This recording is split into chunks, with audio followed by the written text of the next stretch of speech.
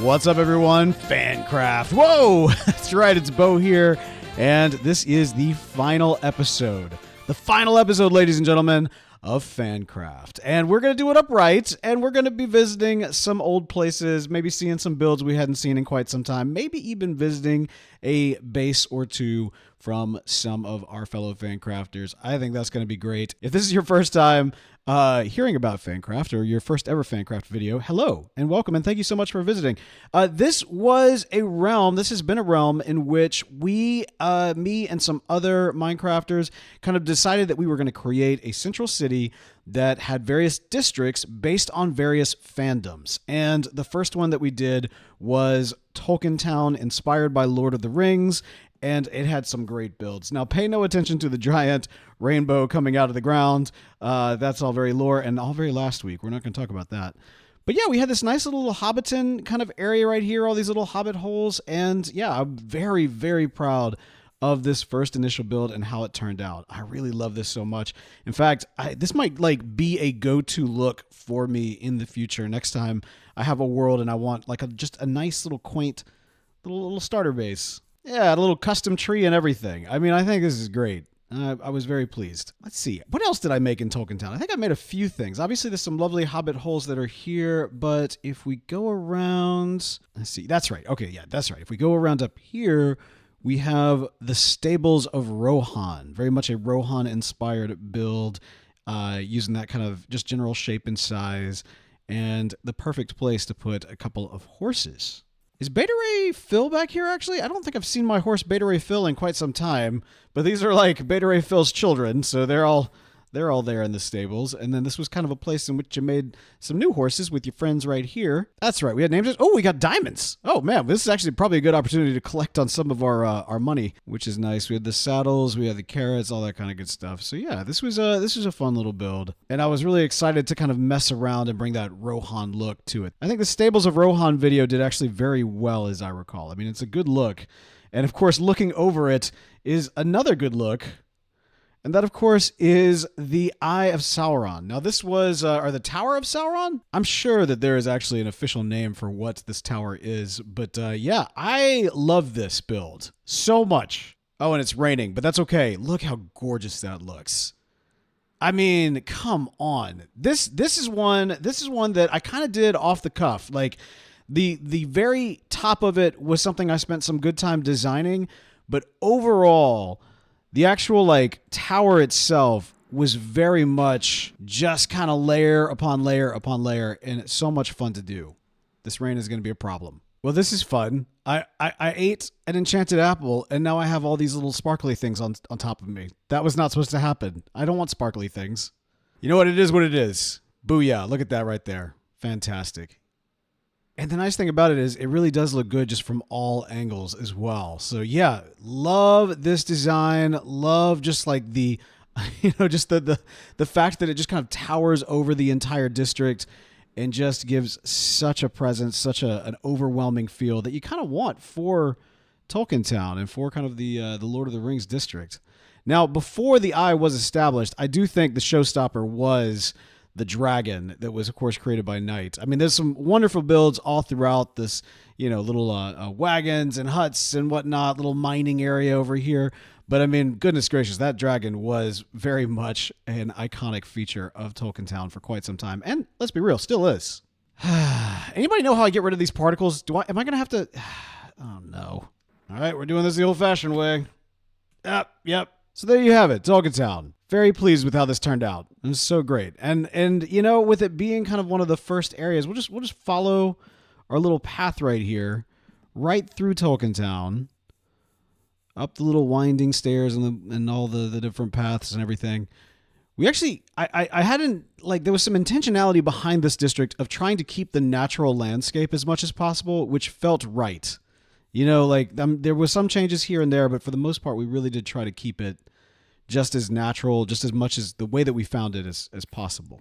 But that is not the true everywhere else, because as we move out of Tolkien Town into the Star Wars district, there was some pretty major changes. Now, as a great little transition, the Star Wars district was combined of various biomes inspired by Star Wars. And the first one was kind of like an Ewok forest biome. We have, of course, Fox's little Ewok wood shop right here, which is nice. And as we go underneath it, it kind of transitions. We've got our little Dagobah hut right here. I am so proud of this build. I mean, I think I'm going to be proud of just a lot of different things, but this one in particular, getting kind of Yoda's hut together, was one that I really like a lot. And yeah, maybe I did take a little bit of liberties on what kind of tree would be above it. I went with kind of like a dead, rotting tree, kind of a weeping willow type thing. To me, that kind of fit the Bayou aesthetic. I think that worked really well. And it kind of played off the idea of like, you know, strong in the light, strong in the dark, and kind of playing on both of those things here. But my goodness, actually, Yoda needs to clean up a little bit. But, you know, you got the little bed down here, a little fire. I mean, ooh, this is cozy. I love the cozy builds. That's pretty good. I like it. And actually, looking around, I did a lot in the Star Wars district. I think of all the districts, it might be one that I contributed to the most. Like this whole area over here, this was kind of like a Death Star biome, if you will. And then it kind of led to the landing platforms up there. Of course, we have Slave 1 and a TIE bomber. The TIE bomber, if you go through our little TNT shop, was kind of the landing platform where said TIE bomber would in fact be landing. And I don't know if y'all remember this, but at one point it was actively bombing. It was actually dropping fireworks down below. It probably still works. Let's see. I bet it does still work. Let me see if we've got our our TIE pilots right there. Yep, there they are. Yeah, there was a little string. They would go in front of it, and then fireworks would pop down and just kind of start bombarding anybody who was down in the chamber. This is actually where we had the fight for the Darksaber as well. A lot of good memories. But next door is where we have our droid factory, and oh goodness, look at this little guy right here. Oh, a couple little guys right here. Oh, is this one? He's kind of blocking the door. There we go. We'll move him around a little bit. This is great. Now we have actual droids in the game, which we did not before. But yeah, this was our little copper shop based off of a droid factory, just kind of a tiny one, but I think it worked out really well. And of course, we got a little R2-D2 and C-3PO out front. I mean, that's so great. I love it so much. Oh, you know what? I just remembered. Yeah. Up here at Boba Fett's ship, we actually did have a little bit of a black market going, as I recall. You know, we had the headhunt game and kind of sent everybody around for bounties and whatnot. Yeah, okay, that's right. There was a purchase of the Darksaber for a diamond block, although that never that never happened. We just got the Darksaber donated to us, so we'll just go ahead and take that back. And then somewhere down beneath this thing, there was the little Mandalorian cave, but that got covered up when this got built, so I don't know where that is. You know, if you ever get a chance to get a hold of this world, maybe you can go digging and see if you can find it. And then, of course, we have our snow biome, kind of a Hoth-inspired biome, where, of course, we were doing a little selling of the ice and the snow, or at least theoretically offering it. With the shield generators, this was my own design, and I am very pleased with how this turned out. Now, Will's AT-AT, I think, really brought it over the top. I think it really sold what we're trying to accomplish here, and I think he picked a great spot for that as well. But yeah, the shield generator looks great. In fact, every single one of these biomes was in and of itself a project. You know what I mean? Like making this kind of district combined from all the various, you know, Star Wars inspired biomes is a bit of a challenge. And so like bringing in the snow and the ice and getting kind of the glass and the tech look, and then also, you know, the grass and whatnot is good. Now, of course, no Star Wars district would be complete without its sand biome, because obviously there's a lot of sand. Coarse, rough, gets everywhere. And starting out, we actually have our little spice mine from Kessel down here. This was a really fun one to put together. I discovered, I think, this season in particular, I really like small kind of boutique builds. Like the more kind of space constraint you have, to me, it's actually more fun to design and put together. And I think this build in particular really does showcase that and gives you an opportunity to get creative with the way in which you use certain blocks and kind of give them a new idea of what they could be. But as we leave Kessel, we'll head over to what is very much our Tatooine area. We had Jabba's Palace, a wonderful terracotta shop that actually made me quite a few diamonds, even into the later game. I mean, there's none here at the moment, but I am very, very happy with how this turned out. I could have done more, I think, with this throne room, but it served the purpose that I needed, and the exterior in particular was what I was going for, to really communicate that this was a Tatooine biome, if, of course, the Lars homestead didn't do it for you. I think, actually, the Lars homestead, I think this might have actually been my second addition into FANCRAFT. It was definitely my first one in the Star Wars district, and I think it's a really good one. It's very iconic, helped instantly communicate what this district was all about, and looks really great. Is this Chewie? Who's this? Yeah, hey Chewie, you're in the floor. And last but not least, of course, the Jedi Temple in all of its gloriousness. It has so many wonderful little features to it, with the various meeting rooms at the top. The entire thing, the entire scope of the thing, was really based off of wanting to have a Jedi Council chamber that was to scale. Which, I mean, you know, mission accomplished. This is pretty much a to-scale Jedi meeting hall. What is it? Jedi Council area. Yes. And so, you know, we did it, and that's great. But in order to make this to scale, you have to make the rest of it to scale. And I think that's the part... Well, I mean, I don't know that the rest of it is to scale, because nothing in Star Wars really makes sense once they got crazy on the CGI. But using that as a basis, we did our best. And I mean, ultimately, it's not the worst. I mean, it's very clear and obvious what it is. The Jedi Council building, the Jedi Temple, has always been a little bit of an ugly building. Okay, like that's just true in universe, and it's true in Minecraft as well. It doesn't make a whole lot of sense, but it is what it is. You have these giant tall towers, and then you have this top area, which we kind of turned into a bunch of gardens, because that seemed right. We wanted to give it something where there was a lot of life, a lot of kind of beauty, and then a lot of light. In fact, the lighting on all of this up here automatically turns on when the night comes. So when the dark comes, the light comes, and it works out pretty well. And there's just a lot of repetition, a lot of symmetry, a lot of beauty all around, and it works great from here. At least I think so, albeit it is a little repetitious. It was just a lot of laying the exact same block over and over and over again. And this is one that I'm not going to miss. I'm really not. I'm not going to miss the Jedi Temple at all. Yeah, I'm glad that we built it. It was a lot, and it's done. And rounding out the first three districts, we have, of course, the Marvel District, one that I have spent a lot of good time in as well, especially since it is one of the ones that's closest to my base.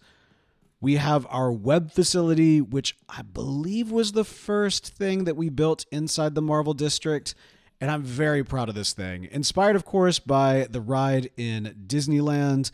It is fantastic, and it is a lot of fun. We did a lot of additions as it went on with some of the, graffiti on the walls and everything else, and it looks so great. The Gamma Lab was a big one to kind of put together. Not like this was great because I found a real world building. I don't even know if it was a Gamma Lab or just some science lab, very corporate looking. But then I gave it a bit of a splash of color when bringing it into Minecraft, and of course did this whole scene inside as well with kind of this chamber, which somebody was in and then broke out of the side of the building. And then as you kind of go through, you see that a lot of tests were being done that may have gone horribly wrong. Up top, there was even a space where some things were happening. Yeah, you've got some Hulk blood that were being researched, and an entire note that Bruce left for Tony up here as well. So yeah, just really loved being able not just to put together this interior because it was kind of a cool lab interior, but because of the narrative that could be told inside this space if you kind of go exploring and looking for it. And even a little tease, perhaps a little bit of a Red Hulk situation going on here, maybe. You know? Now, the Oscorp building is, I think, the most recent big build that I've done here, and obviously looks great. We're not even going to go inside because, I mean, let's face it, there's nothing in there. I never got a chance to actually build the interior, as cool as I'm sure it would be. Oh, the Ghost Rider motorcycle bar. This is pretty cool, too. I think this was a Fox build. Ooh, I can't remember. Ooh, I actually can't remember who put this one in here. I'm pretty sure it's Fox. It looks really great.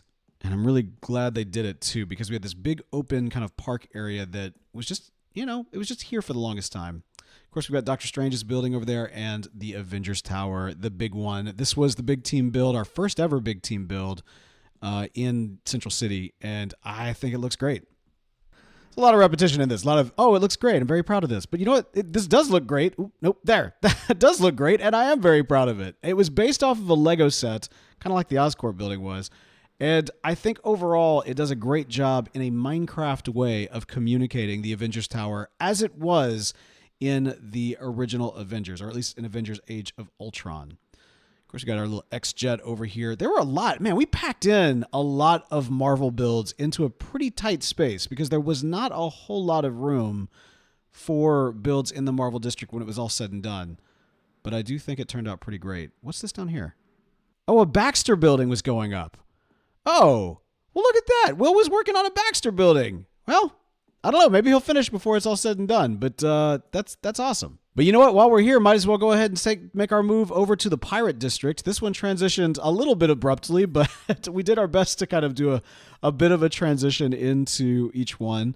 And of course, over here, we do in fact have the Pirate District with our Port Royal, which was kind of the hub, if you will, for transitioning from land to sea. We had our pirate games right here, which was a lot of fun, where this was our PvP zone. We had these keys that people had to find, and it was a blast. I really enjoyed it. Now, I will admit that the Pirate District is where most of our kind of early viewers of FANCRAFT dropped off. I don't know what it was. I don't know if just people were not interested in the PvP or if the theming didn't appeal to them, but regardless, it was one of my favorite themes and one of my favorite spaces.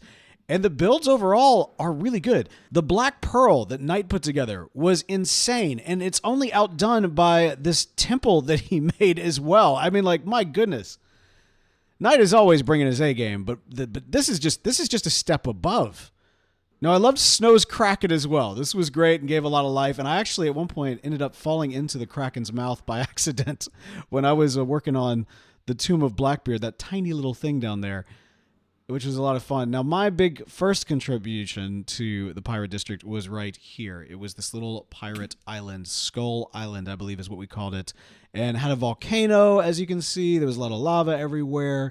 I had a little tiny ship, very small by comparison to what Knight popped up right next to us. But yeah, a little small ship that was based off of kind of the Sea of Thieves sloop. And we have some lovely dogs, and if you go around, there was kind of like a secret entrance into the center of the volcano where something was happening. And it was pretty cool. Ah, and of course, Dr. Alien was my neighbor, like right over here with his kind of fishing port. This was great. He also kind of utilized a little bit of a kind of a trapdoor system or something like that. There was a way down underneath all of this where he hid his keys. I thought that was pretty cool. Yeah, okay, so Pirate District. Wonderful, awesome, so much fun. Around about the same time that we added the Pirate District is also where we added our Gaming District, and it was, of course, based off the world of Nintendo. Now, even within the Nintendo District, there are kind of like smaller areas, right? Like we've got this kind of Pokemon area right here where we had our Poke Center where you could come and, you know, bring in your Pokemon and get them all fixed up and all that kind of good stuff. I think this is so great. It needs to be probably better lit than how it is, but it's fine. And then our Pokemon Gym, which we collaborated on with Socasm, and this is awesome. If I'm remembering correctly, I did the inside, she did the outside, and then we kind of did some final tweaks on it together. I popped up a couple of Pokemon. We've got a Blastoise right here with the trainer. This is great. This is actually an original Blastoise. Because I found some inspiration for the other Pokemon I ended up building, but I couldn't find a good Blastoise, so I built one. And I think that I pretty much nailed it right here. Of course, we got a Psyduck hanging out in the back, but the big action is happening inside as a Pokemon battle goes down between Charizard and Venusaur, I want to say? Yeah, that's good. And you know, I'm actually just now realizing it's been forever since I've actually gone to Bowser's Castle, which was my casino. It was Bowser's Casino that I had built up. And did we actually make any money? I know we were making a little bit of money early on, but then the redstone broke. And yeah, we might not have anything. The idea is you put in one diamond at a time, and then you win a prize. So like, for example, let's see if it still works. I put in a diamond. Okay. I don't know if I got anything. Hang on, let me try that again. Did I get anything? Okay, all right. So it is distributing prizes, but not very well. Let's go take a look and see. Other than the 3 diamonds that I put in, did I actually get anything out of that? Oh, snap! There's a lot of diamonds in here. Oh, I made a killing. What? Oh, that's crazy. Okay. Oh man, and there was still some prizes in here. Okay, this was good. I should have done a better job with this. Oh man. Okay. All right, so there were some boxes that were like skulk and like skulk sensors, and then this one had fireworks and rockets. What else do we have? We had the big one with diamonds, a lot of eggs in that one, the mushrooms, glow ink. Oh man, okay, that's missed opportunity. I should have checked out this casino way more often. That is okay. Well, I am definitely building something like that again in the future. Gambling is very bad, kids. Don't do it. You could lose all your diamonds to somebody that doesn't even appreciate them. You know, let this be a lesson to you. Okay? Hopefully it's a good lesson. Now, the Nintendo District, we had to kind of create a bit of an annex for in order for this time temple to pop up. And of course, the time temple will be locked in time for some time because I don't think this thing is getting done, but it is looking very cool.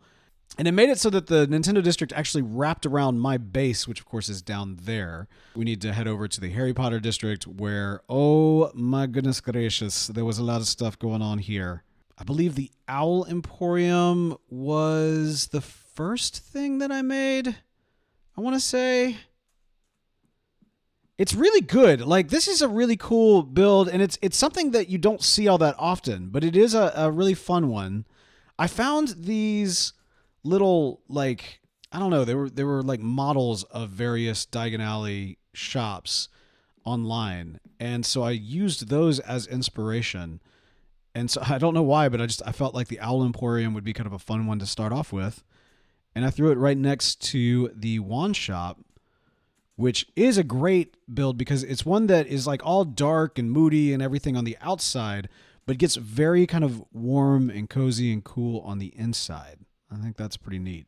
Bookshop, this one right here, which I remember was based off of the company that was responsible for making all the text and the fonts for the movies. I ended up making a lot in the Harry Potter district for someone who, I mean, admittedly, it's not that I'm not a Harry Potter fan, but I am far from the biggest Harry Potter fan. I think I actually learned way more about Harry Potter just from working on this district, which is kind of cool. It's neat to be able to come in with a fresh perspective and make some unique things. We got the Jacobite train right over here, which is, you know, a lot of fun, pretty nice.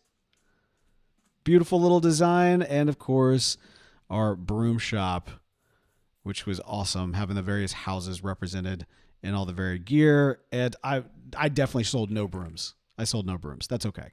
And lest we forget, you know, from my base, not only do we see all of the cool districts around it, but the Mount Olympus, which was pretty sweet. This one was a fun concept, but I don't know that we really maximized what we could do with it. The idea was that, you know, that you would get, each crafter got a god or a deity in which they would create a temple to, and it was assigned at random. So my first one was Dionysus, and so I created a little vineyard right here, a little vat of wine, a little storeroom off to the side.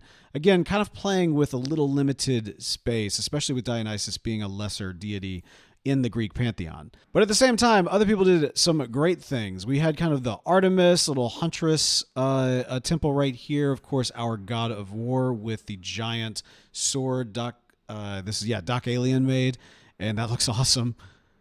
And then we collaborated on the big one, which of course was the Temple of Zeus, and let's just pretend like it's done. Look at how done it looks from behind. Yes, looks so done. Just don't pay attention to anything else. Oh, look up here.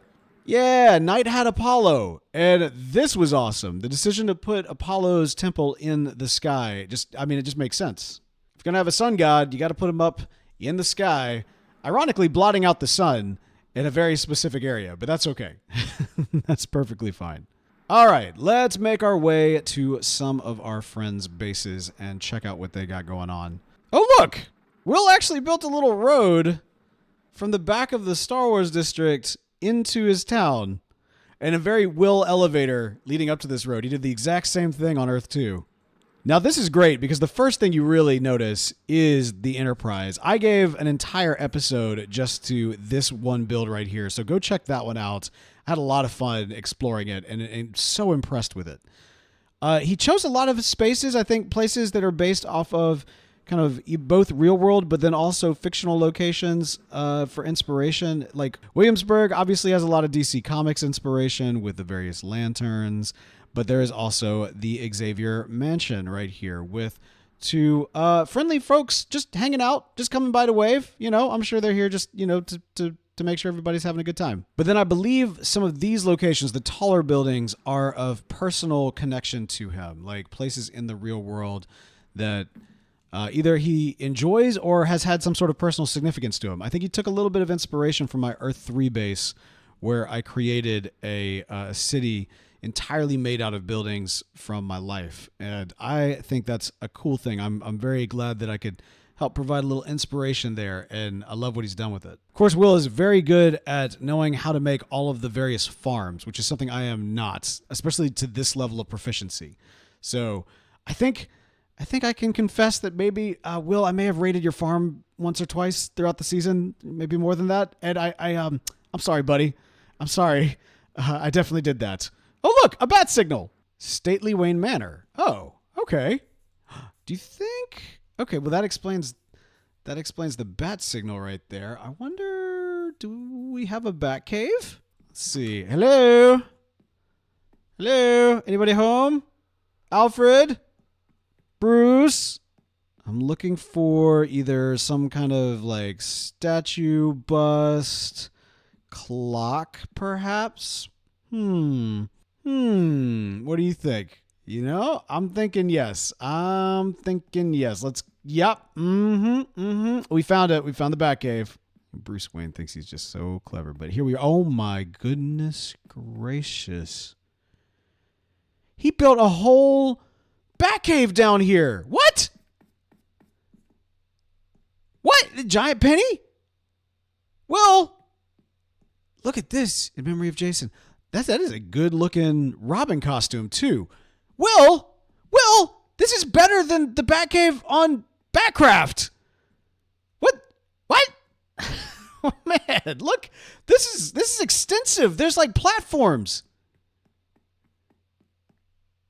Bat jail. Who's in Bat jail? Oh man, I'm not going over there. I see Batmobile Control Center. I'm sure this is just for show, but I'm not even gonna try it. Oh, he's got the T-Rex too. Little training area. I remember that from BATCRAFT. Okay, little firing range. Amazing. This is wow. I cannot believe I had no idea this was down here. Are you Alfred? Or you need to be Alfred. Are you Alfred? You're not. You don't have a name, but you should be Alfred. Here, have a cookie. Alfred, I got you a crumpet. I got your crumpet, Alfred. Take your crumpet, Alfred. Bat computer. Oh, look at this. He's got the whole suit up type situation. It is all geared out. Okay, we're doing this. Okay, don't be mad, Will. Don't be mad. I'm doing it. Oh, because I'm Batman. Oh, man. Okay, look at that. He's got like a Nightwing, Robin. This is amazing. Yo. Okay. All right. I'm going to put this back. I don't want that kind of smoke. Oh, that is so cool. That's amazing. When you get access to this world, and by the way, I mentioned this, but if you are interested in getting access to this world, just comment. Just put it in the comments. If you're on Bedrock, I will send you a link to download it. Yeah, this is spend some time in Will's little world here, because he's got some pretty impressive stuff going on. Okay, next up, I want to go to Hobbiton, or New Hobbiton, as I believe it's called. Actually, before we do that, let's actually check out Socasm's base, because I feel like that is also in the general area. And if I'm remembering correctly, I think if I can get to her base, I can also get to the Christmas village. But this might be a gamble. I might end up getting seriously lost. No, this is it. Okay, yes. Okay, here we go. So Socasm built a base around kind of these giant trees that she created. I think one of each kind, or at least several of each kind. And yeah, it's pretty sweet. Socasm, of course, came in about a year into the realm and really made a big impact. Very glad for her contribution. And my goodness, I love the natural feel that she has going on here. This is cool. It is funny revisiting certain old builds and also seeing kind of what else everybody else has done is giving me inspiration for the future. Oh, wow. Is this a snail? Hang on. I mean, am I crazy? This kind of looks like a snail's head, like with the little 2 antennae thing. And maybe like that's the shell. Am I crazy? I'm pulling back a little bit. I might be stretching. I don't know. Maybe not. Maybe not. Oh, over there. Okay, I think this over here is Dr. Alien's Ewok village. I think it was Doc Alien. And yeah, this looks so cool. Look at that. I love the design for the little tree houses. Yep. There's his banner right here. This is fantastic. Nice, kind of high up. Good little storage area. Very functional. I'm digging all of this. It's a nice blend of form and function. Howdy, neighbor. This place looks amazing. Socasm. Look at that. Yep. And Socasm also from over there. I guess they were just direct neighbors. Okay, the next question is, can I find the Christmas village? Because I'm almost positive. Yeah. Okay, here we go. Now, I think people added to this year. I did not. I was very busy during the holiday season. And in fact, I guess people are actively adding to it a little bit. Oh, yeah. Hey, look. It's Vloop, the cosmic sheep. May she grant you future glory. Yes, the goddess of the multiverse is here, ladies and gentlemen, and all of her purple glory. We did our best. Well, we did our best to squash the Vloop lore, and failed clearly because Vloop is everywhere, including this little Christmas village. This was good, very festive. All the nice warm cookies being made. This is great. Lovely Christmas tree. You got the beautiful star. Oh yeah, this filled out nicely. Very cool. Very cool. Oh, I love this cottage.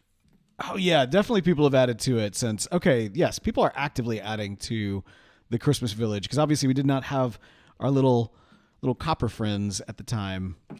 As I recall, the whitewood, whatever that stuff is called, it's not birch, but this stuff right here. Yeah, that was very new when we began working on this, and it came at the perfect time because it's very candy cane. And it looks like there is something that is definitely going to pop up over here, or maybe didn't get finished last year. The time will tell. Time will definitely tell. Ooh, I wonder if that's like this is Halloween, right? The spiral from The Nightmare Before Christmas. Yes, look with the pumpkins. That's great.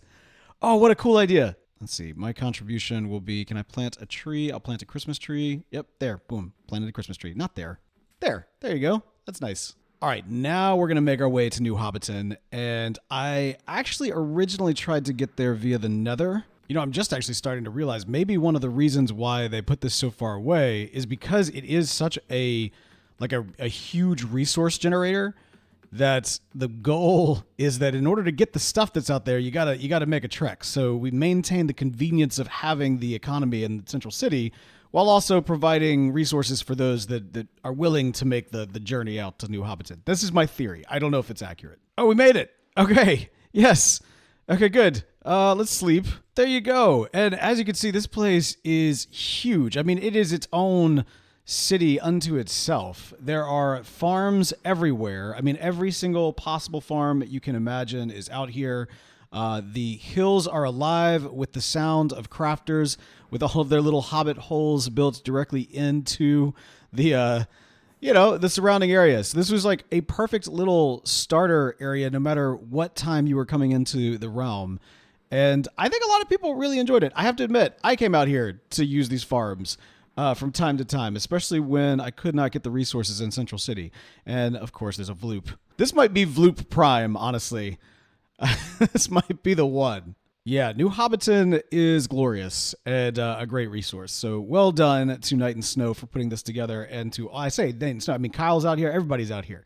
Did I ever make one? I don't think I actually did make a Hobbit hole out here because I had mine, back in Central City. But I feel like I should have. All right, and that brings us right on home back to Central City and the lore office, because I think it's time for us to finally say goodbye to Earth 4. I mean, we've done a nice little tour. There's no way to show off everything. I mean, the best way to check out everything that's on Earth 4 is, to come visit it for yourself.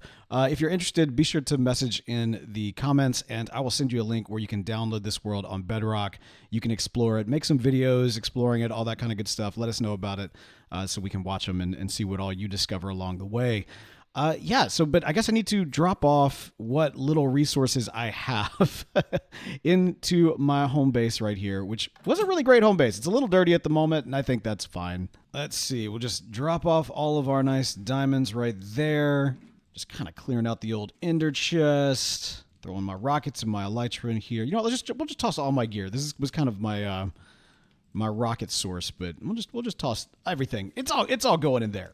There we go. Boom and boom. My gear for the season right there. That was pretty good. I think that was kept it simple, as we are wont to do, and I think that was a good look. Oh yeah, Sparky Boom Man. Bye, buddy. I could let you out. Could self-destruct the base on my way out, but we're not going to do that. We're going to let you be.